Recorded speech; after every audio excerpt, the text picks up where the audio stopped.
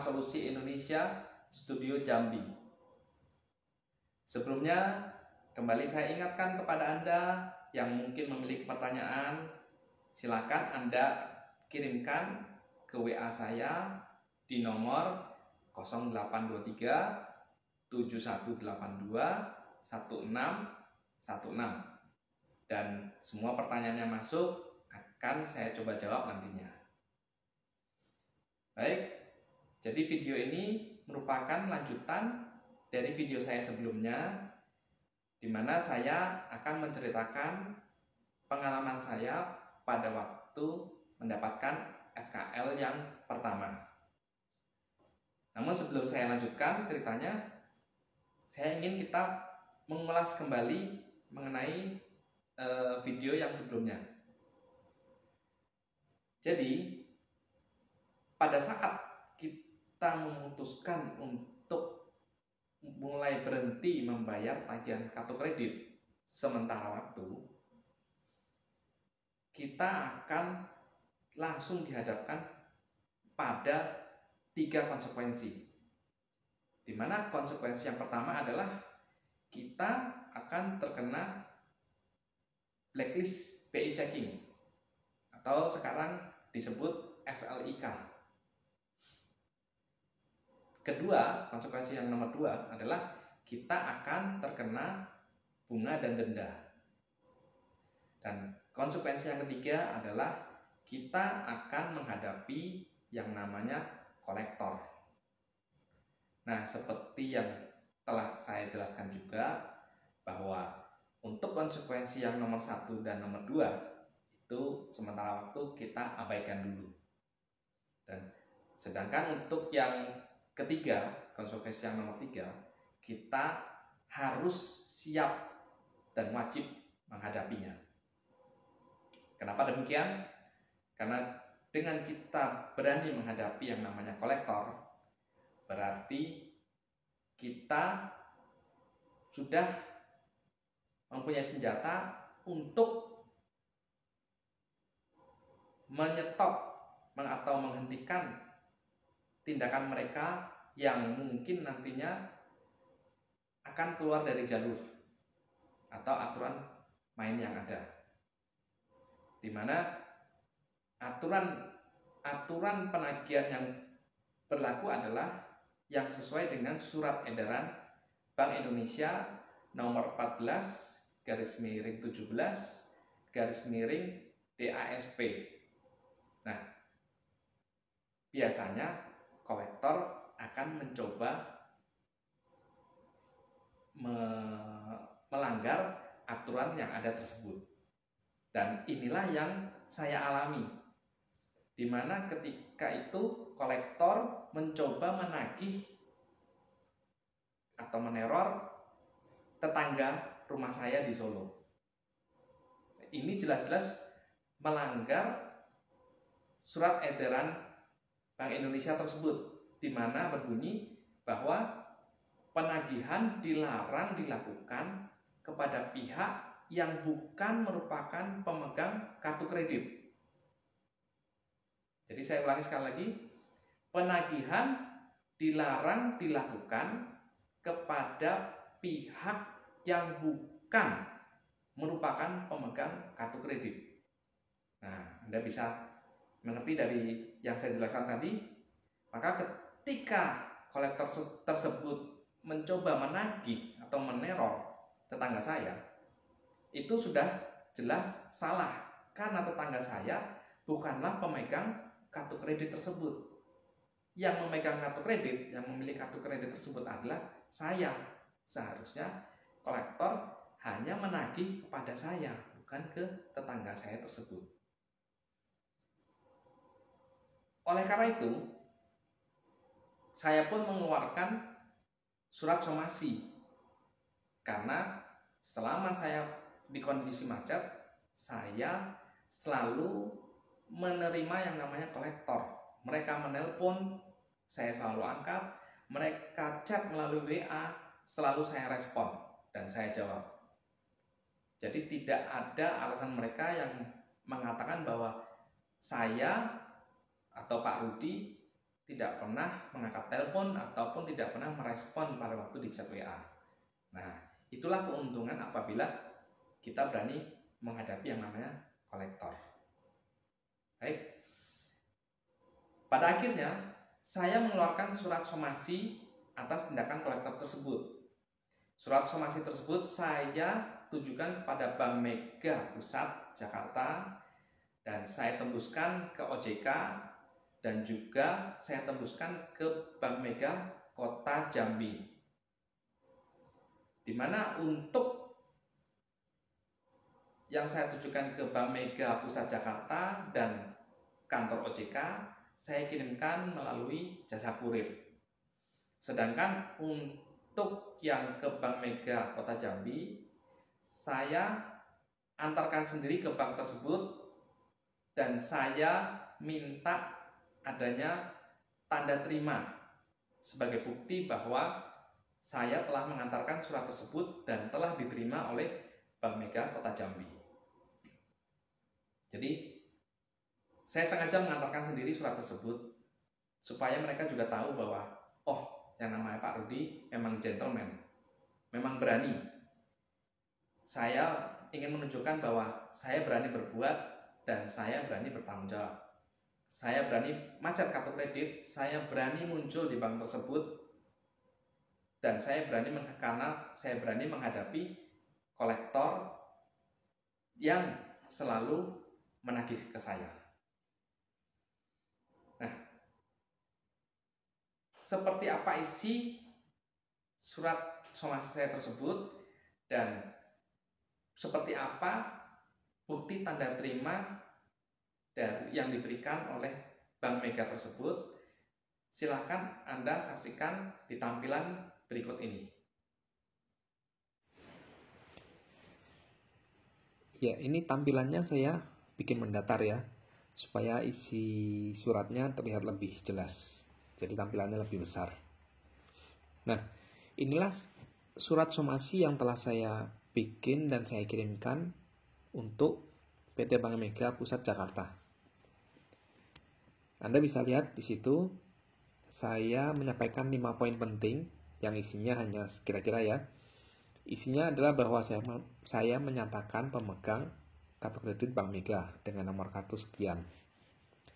Lalu poin berikutnya, poin 2 adalah saya menjelaskan kronologis peristiwa di mana pada hari Kamis tanggal 3 Desember 2020 tetangga saya mendapat telepon dari beberapa nomor tak dikenal yang akhirnya mengaku sebagai tenaga penagih dari Bank Mega. Lalu poin selanjutnya, poin ketiga adalah saya menyatakan bahwa tindakan penagihan ini telah jelas-jelas melanggar surat edaran Bank Indonesia nomor 14/17/DASP. Poin keempat, dengan ini saya menyatakan somasi kepada Bank Mega untuk segera menghentikan penelponan kepada pihak lain selain kepada saya sebagai pemegang kartu kreditnya. Dan nomor 5 adalah bahwa apabila somasi ini tidak diindahkan, maka saya akan menempuh jalur hukum dengan menyertakan bukti-bukti yang telah saya miliki. Lalu Anda lihat di bawah, bagian bawah, saya tulis ada tembusan. Tembusan disampaikan kepada OJK Cabang Jambi dan PT Bank Mega Cabang Jambi. Jadi inilah isi surat somasi yang telah saya tujukan ke Bank Mega. Nah, berikutnya adalah ini adalah tanda bukti bahwa tanda terima dari Bank Mega Kota Jambi setelah saya mengantarkan surat somasi tersebut. Jadi mereka memberikan surat seperti ini, di mana ada tangan saya sebagai pelapornya dan telah diterima atau diproses oleh tangan-tangannya ada di situ.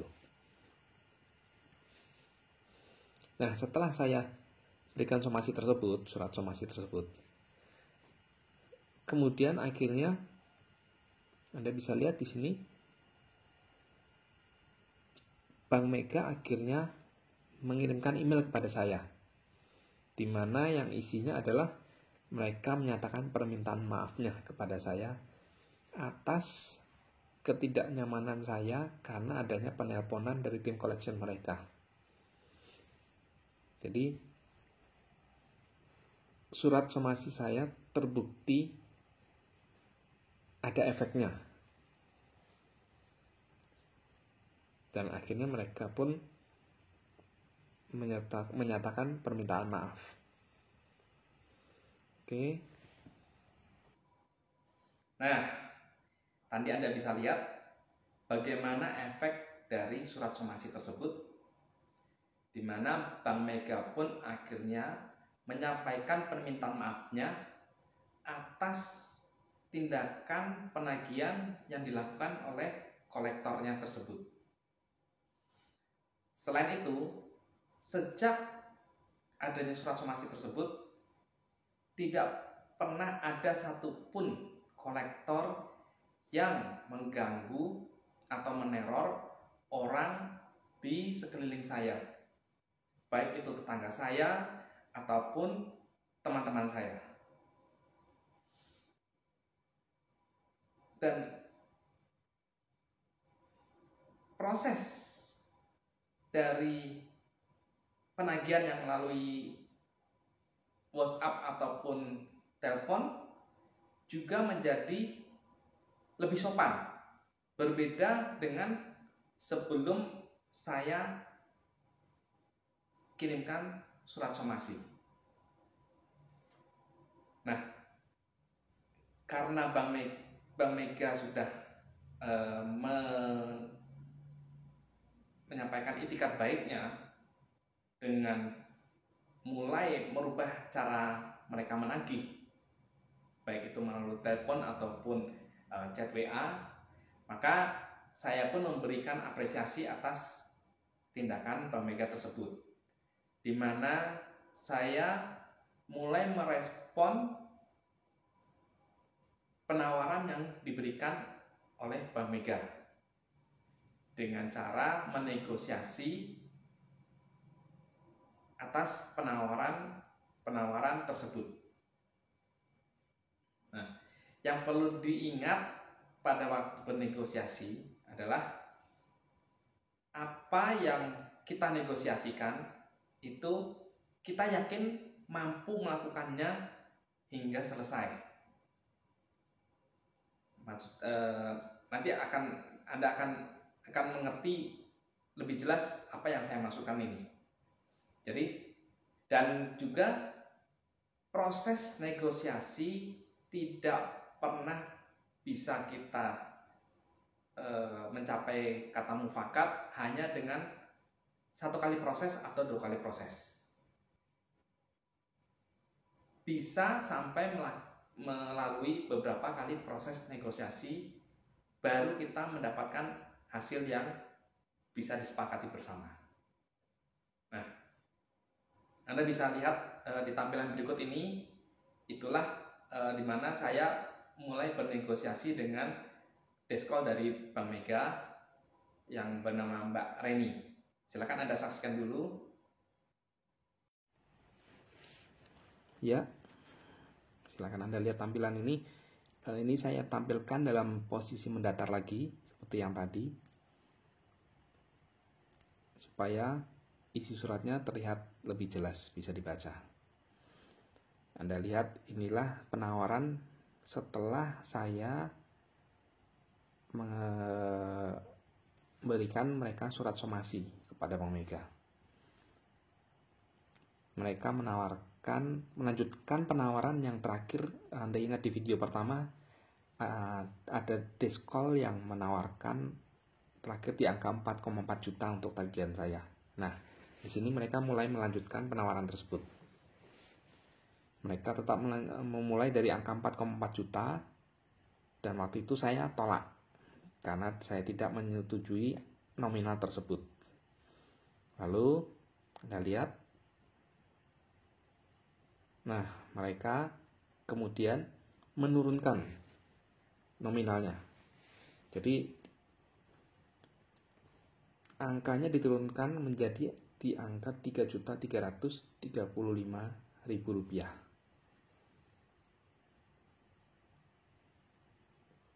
Dan untuk penawaran tersebut saya respon melalui email yang isinya seperti ini. Nah,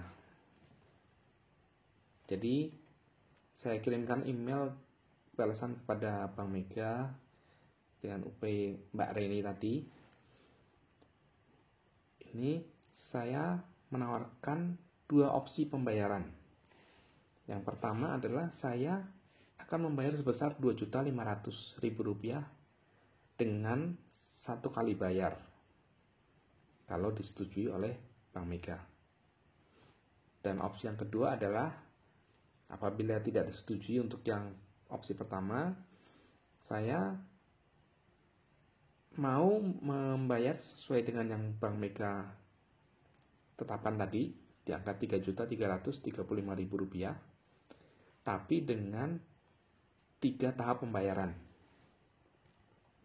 Jadi dengan cicilan 3 kali.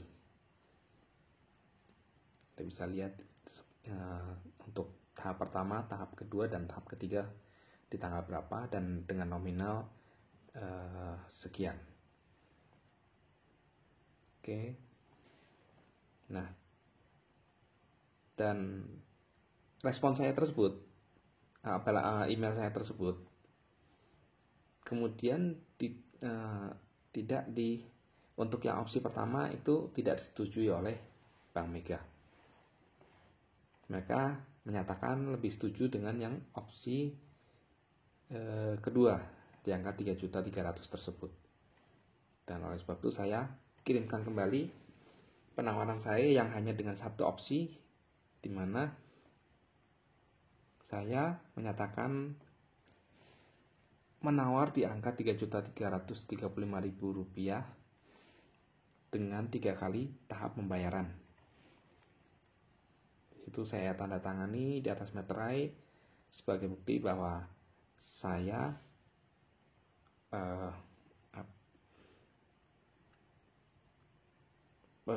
penawaran saya ini adalah serius gitu,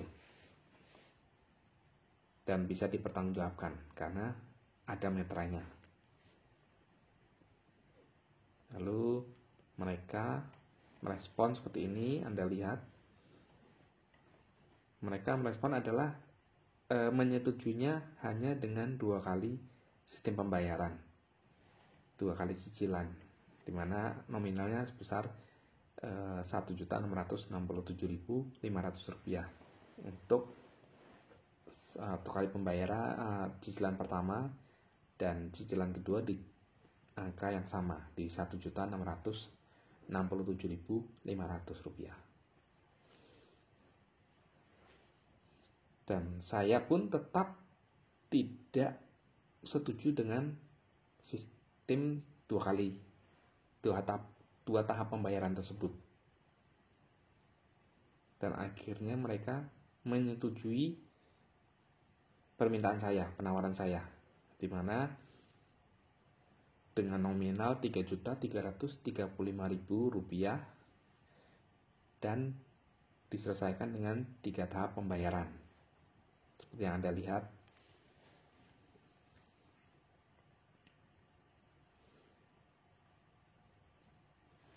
Ya, inilah proses negosiasi saya dengan Bank Mega, di mana Anda sudah lihat sendiri melalui beberapa tahap penawaran. Jadi bukan hanya sekali menawar langsung mendapatkan hasil. Anda lihat sendiri saya sampai berapa kali, ada beberapa kali tahap penawaran. Bagaimana? Anda sudah menyaksikan proses negosiasi saya tersebut. Nah, itulah yang tadi saya katakan, bahwa ketika kita mulai bernegosiasi, kita harus yakin dulu kalau kita bisa menyelesaikan atau melakukan hasil negosiasi tersebut. Jangan sampai Anda bernegosiasi menawar-menawar, namun sebenarnya Anda tidak mempunyai kemampuan untuk melakukan hasil penawaran tersebut atau hasil negosiasi tersebut. Makanya pada saat Bank Mega menawarkan nilai 3,3 juta dengan 1 kali bayar, saya tolak waktu itu. Dan Anda lihat lagi sendiri bahwa kemudian mereka menawarkan dengan pembayaran 2 kali, dan saya pun menolaknya karena saya merasa tidak mampu untuk melakukan pembayaran dengan sistem 2 kali tersebut. Dan saya mengajukan bahwa saya bisanya di angka 3,3 juta tersebut dengan pembayaran 3 kali cicilan. Dan akhirnya disetujui oleh Bank Mega. Nah, yang perlu diingat adalah ketika proses negosiasi telah mencapai titik temu, kita tidak boleh langsung melakukan pembayaran, baik itu misalnya 1 kali bayar ataupun dengan cicilan. Kita harus menunggu adanya surat persetujuan yang dikeluarkan oleh bank tersebut. Dalam hal ini adalah Bank Mega. Jadi saya tidak langsung melakukan pembayaran untuk cicilan pertama, tapi saya tunggu dulu sampai mereka mengeluarkan yang namanya surat persetujuan. Surat persetujuan di mana jumlah hutang saya yang di angka 6,7 juta tersebut didiskon menjadi senilai 3,3 juta dengan cicilan 3 kali. Segera setelah surat tersebut keluar, saya pun melakukan pembayaran. Jadi dengan adanya hasil negosiasi tersebut, di mana hutang saya di angka 6,7 juta menjadi 3,3 juta dengan cicilan 3 kali, maka sesuailah dengan judul video saya ini dan video saya kemarin, di mana judulnya adalah hutang 6,7 juta menjadi 3,3 juta dan bisa dicicil. Baik, singkat kata, saya akhirnya menyelesaikan pembayaran hutang tersebut, cicilan tersebut, sampai cicilan yang ketiga, dan akhirnya lunas. Segera setelah saya melakukan pembayaran yang ketiga tersebut, saya kemudian mengkonfirmasi ke pihak Deskol yang saat itu membantu saya dalam negosiasi. Lalu mereka mengatakan bahwa saya diminta menunggu beberapa hari. Mereka akan membuatkan surat keterangan lunas yang akan dikirimkan melalui email saya. Itu untuk soft copy-nya, dan mereka juga akan mengirimkan ke Bank Mega, ke alamat Bank Mega yang saya minta. Nah, karena posisi saya adalah di Jambi, saya minta surat keterangan lunas tersebut dikirimkan ke Bank Mega Kota Jambi yang alamatnya terdekat dengan tempat tinggal saya. Akhirnya setelah tagihan saya lunas dan SKL keluar, pihak Deskol pun juga mengucapkan terima kasih karena saya telah mau bekerja sama dengan mereka dan akhirnya melunasi hutang saya yang ada di Bank Mega tersebut. Nah, dengan lunasnya hutang saya tersebut dan dengan adanya SKL yang saya dapatkan tersebut, maka saya telah membuktikan bahwa saya telah membuktikan pernyataan saya bahwa saya berhenti membayar utang kartu kredit untuk sementara waktu. Nah, Anda ingat di video sebelumnya saya sempat mengatakan itu bahwa kita berhenti membayar utang kartu kredit sementara waktu, bukan berarti kita lari atau ngemplang selamanya. Nah, dengan adanya surat SKL ini terbukti sudah bahwa yang saya katakan tersebut adalah benar. Saya telah melunasi hutang kartu kredit di Bank Mega setelah saya melakukan berhenti membayar tagihan untuk sementara waktu tadi. Di akhir video saya akan tampilkan seperti apa surat keterangan lunas tersebut atau SKL yang saya dapatkan dari Bank Mega. Silakan Anda lihat di akhir video nantinya. Kiranya video kali ini memberikan pembelajaran bagi Anda dan bisa bermanfaat bagi Anda, sehingga Anda pun bisa menjadi masukan bagi Anda dalam menghadapi kondisi macet kartu kredit Anda. Kiranya demikian video saya kali ini. Nama saya Rudi dan kita jumpa lagi di video saya selanjutnya.